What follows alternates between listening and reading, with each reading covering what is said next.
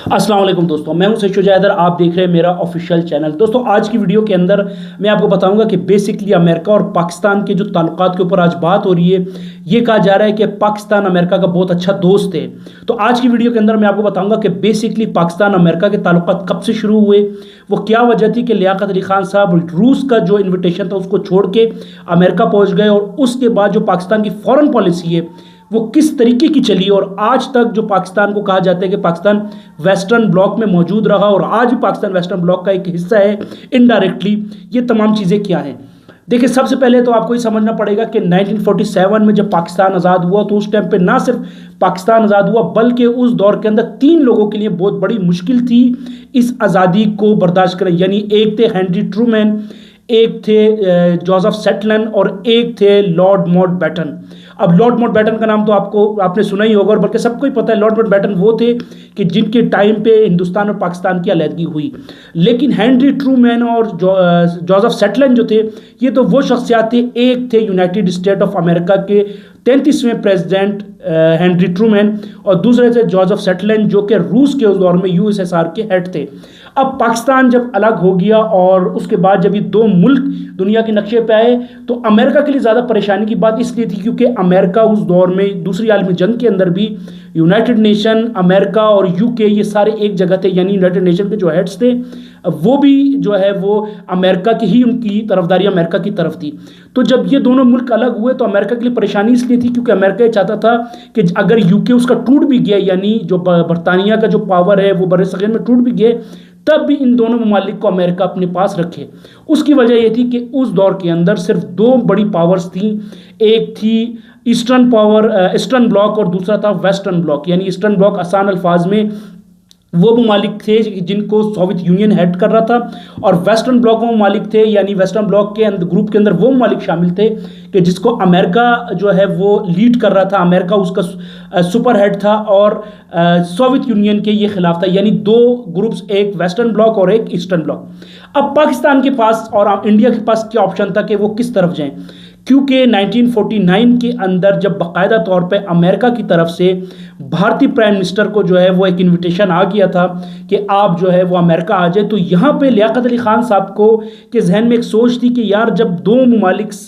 खुल के दुनिया के सामने आए, यानी दुनिया के नक्शे पे पहली बार सामने आए, तो यहाँ से दोनों ममालिक को जो अपने फॉरेन पॉलिसी को एक जो शक्ल देनी थी कि वो किस तरफ जाएंगे। दो ही रास्ते थे लियाकत अली खान साहब के पास, या वो अमेरिका की तरफ चले जाते और या वो सोवियत यूनियन की तरफ चले जाते, या वो न्यूट्रल रहते। लेकिन न्यूट्रल रहना इसलिए मुमकिन नहीं था क्योंकि नए मुल्क बनने के साथ बेशुमार चैलेंजेस भी थे उनके सामने। यानी सबसे बड़ा चैलेंज तो उनके सामने ये था कि जो लोग हिजरत करके पाकिस्तान आ रहे थे या जो लोग पाकिस्तान में माइग्रेट करके आ रहे थे उनको किस तरह से स्टेबल किया जाए, पाकिस्तान की इकॉनमी किस तरह से स्टेबल की जाए, पाकिस्तान को किस ब्लॉक में रखा जाए। अब पाकिस्तान एक नई कंट्री है और जितने पाकिस्तान की बेसिक ज़रूरियात थी उनको कैसे पूरा किया जाए। तो 1949 के अंदर जब जवाहरलाल नेहरू साहब को इन्विटेशन आया तो लियाकत अली खान साहब, चूँकि कहा जाता है कि शुरू से वो ये कोशिश में थे कि पाकिस्तान किसी तरीके से वेस्टर्न ब्लॉक में चला जाए, तो उसके बाद जब नेहरू साहब को इंडिया की तरफ से इनविटेशन आ गया तो जो जोसेफ स्टेटलन था यूएसएसआर का हेड, उसने लियाकत अली खान साहब को इनविटेशन भेजा कि आप मॉस्को आ जाएं, और अगर आप मॉस्को आते हैं तो हम यहाँ से अपने डिप्लोमेटिक रिलेशन, हम अपनी जो है वो एक फॉरेन पॉलिसी जो है वो बिल्डअप करेंगे और आप हमारे ब्लॉक का हिस्सा बन जाए इनडायरेक्टली। तो उनका कहने का मतलब ये था। लेकिन उसके कुछ ही अरसे बाद फ़ौरन लियाकत अली खान साहब को अमेरिका की तरफ से एक इन्विटेशन आया। तो लियाकत अली खान साहब ने 1950 मई के अंदर बजाय कि वो जो है वहाँ जाते सोवियत यूनियन यानी मॉस्को जाते, वो बाकायदा तौर पे अमेरिका पहुँच गए। और ये इनकी पहली मुलाकात थी जो हेनरी ट्रूमैन के साथ अमेरिका में हुई। और हेनरी ट्रूमैन वो शख्सियत थी कि जिन्होंने लियाकत अली खान साहब को बहुत बड़ा वार्म वेलकम जो है वो वहाँ पे उनको इनवाइट किया, उनको बड़ा जो है वो इज़्ज़त बख्शी, उनको इस तरीके से उनका इस्तकबाल किया कि जैसे कि दुनिया का बहुत बड़ी शख्सियत जो है वो अमेरिका में आई हो। तो लियाकत अली खान साहब ने जब वेस्टर्न ब्लॉक चुन लिया तो इंडिया के पास अब ये ऑप्शन था कि इंडिया किसी तरीके से वो जो है ईस्टर्न ब्लॉक में चले जाए। तो लियाकत अली खान साहब जो है वेस्टर्न ब्लॉक का हिस्सा बन गए, जिसके बाद लियाकत अली खान साहब को ज़ाहिर है जब वो वापस आए तो लेफ्ट विंग की जितनी पार्टीज़ थी उनकी तरफ से उनको पॉलिटिकलाइज बहुत ज़्यादा क्रिटिसाइज़ किया गया। सियासी तौर पे उनको ये कहा गया कि बजाय कि सोवियत यूनियन की तरफ आप जाते, आप अमेरिका की तरफ चले गए, आपने पाकिस्तान की फॉरेन पॉलिसी को गलत एंगल दे दिया और ये यहाँ से पाकिस्तान जो है वो वेस्टर्न ब्लॉक का हिस्सा हो गया। अब सवाल ये बनता है कि लियाकत अली खान साहब जो है वो वेस्टर्न ब्लॉक का हिस्सा क्यों बने। यानी देखिए एक तारीख के तालिब इल्म के जहन में एक सवाल आता है, आपके भी जहन में आता है, मेरे भी जहन में आता है कि यार लियाकत अली खान साहब वेस्टर्न ब्लॉक की तरफ क्यों गए। देखिए मैंने आपको जैसे शुरू में बताया कि उस दौर में सिर्फ दो ब्लॉक्स थे, ठीक है, एक वेस्टर्न ब्लॉक था, एक ईस्टर्न ब्लॉक था। वेस्टर्न ब्लॉक वो था कि जिसको अमेरिका लीड कर रहा था और अमेरिका के साथ जो वेस्ट जर्मनी था वो शामिल था, कनाडा शामिल था, फ्रांस शामिल था, यूके शामिल था। ये वो ममालिक थे जो वेस्टर्न ब्लॉक का हिस्सा थे। जबकि ईस्टर्न ब्लॉक के अंदर सोवियत यूनियन था, ठीक है, उसके साथ पोलैंड था, उसके साथ और भी दूसरे ममालिक थे जो कि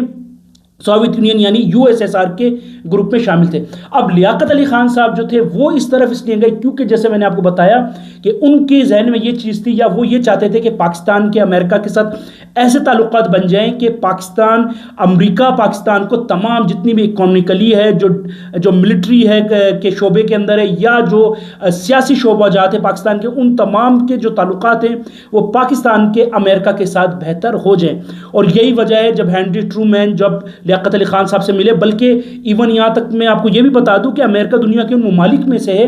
कि जिन्होंने पाकिस्तान को सबसे पहले जो है रिकॉग्नाइज किया, यानी सबसे पहले पाकिस्तान को आज़ाद मुल्क के तौर पर माना। वैसे तो आप देखते हैं कि दुनिया के बेशुमार ममालिक, इंडोनेशिया या ईरान का नाम भी आता है कि जिन्होंने पाकिस्तान को सबसे पहले, कतर का नाम आता है कि पाकिस्तान को उन्होंने रिकॉग्नाइज किया यानी आज़ाद मुल्क तस्लीम किया। लेकिन अमेरिका एक वाहिद कंट्री थी उस दौर की और सुपर पावर कंट्री थी कि जिसने पाकिस्तान को आज़ाद मुल्क उसी दिन यानी 14 अगस्त 1947 को ही पाकिस्तान को आज़ाद मुल्क जो है वो तस्वुर किया। बल्कि सिर्फ तस्वुर नहीं किया बल्कि जो मोरक्को के अंदर उनका जो जो सफ़ीर था उसको भी जो है बाकायदा तौर पे पाकिस्तान भेजा और वो लियाकत अली खान साहब के पास ये मैसेज लेके आए कि हम अमेरिका की तरफ से यानी वाइट हाउस की तरफ से आपको खुशामदीद कहते हैं, आपके आज़ादी के ऊपर आपको जो है वो ढेर सारी खुशियाँ जो हैं वो मुहैया करते हैं, यानी आपको हम हर तरीके से 14 अगस्त 1947 को आज़ाद होने पे आपको जो है वो हम वेलकम करते हैं। तो अमेरिका ने पाकिस्तान को पहले ही दिन से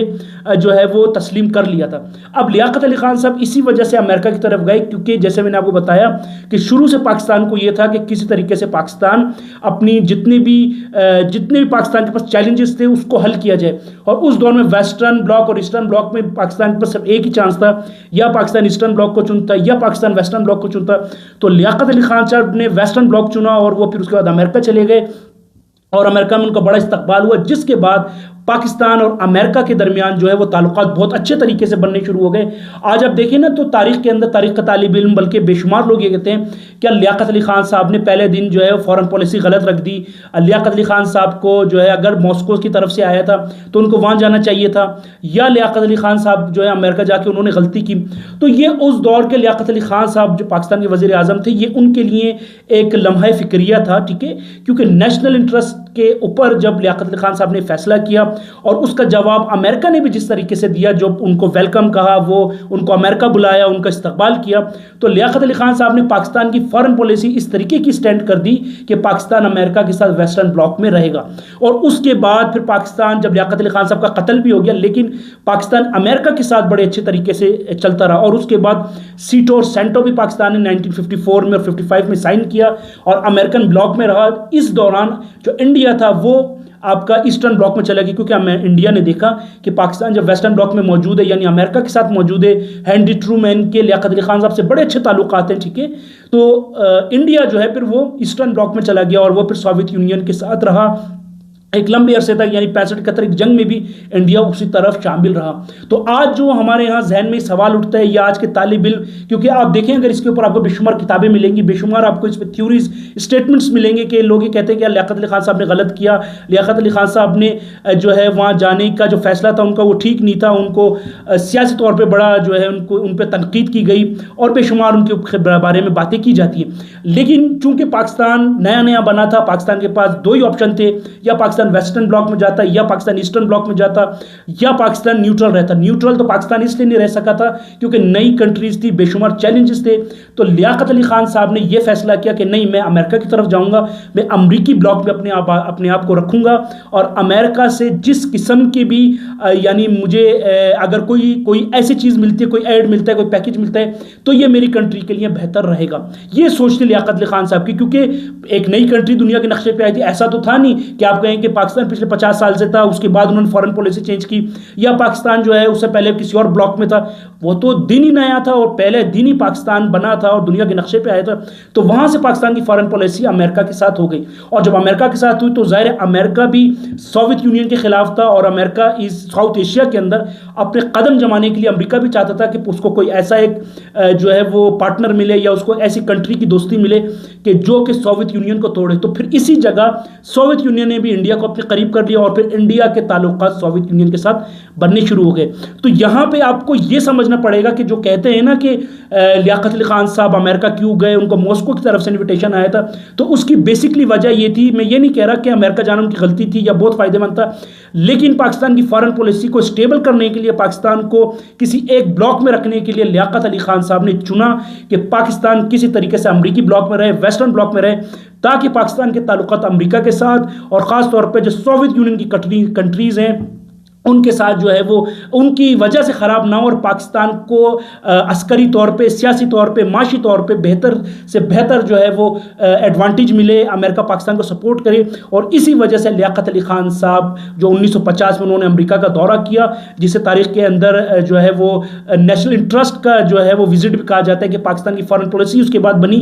तो लियाकत अली खान साहब का ये जो विजिट था, ये एक ऑफिशियल विजिट था, जिसके बाद पाकिस्तान की फॉरेन पॉलिसी कुछ इस तरीके की मुरतब हुई कि पाकिस्तान आज भी डायरेक्टली तो नहीं लेकिन इनडायरेक्टली अमेरिकी ब्लॉक के अंदर है उस टाइम से, क्योंकि पाकिस्तान की अमेरिका से दोस्ती शुरू से बेहतर रही है।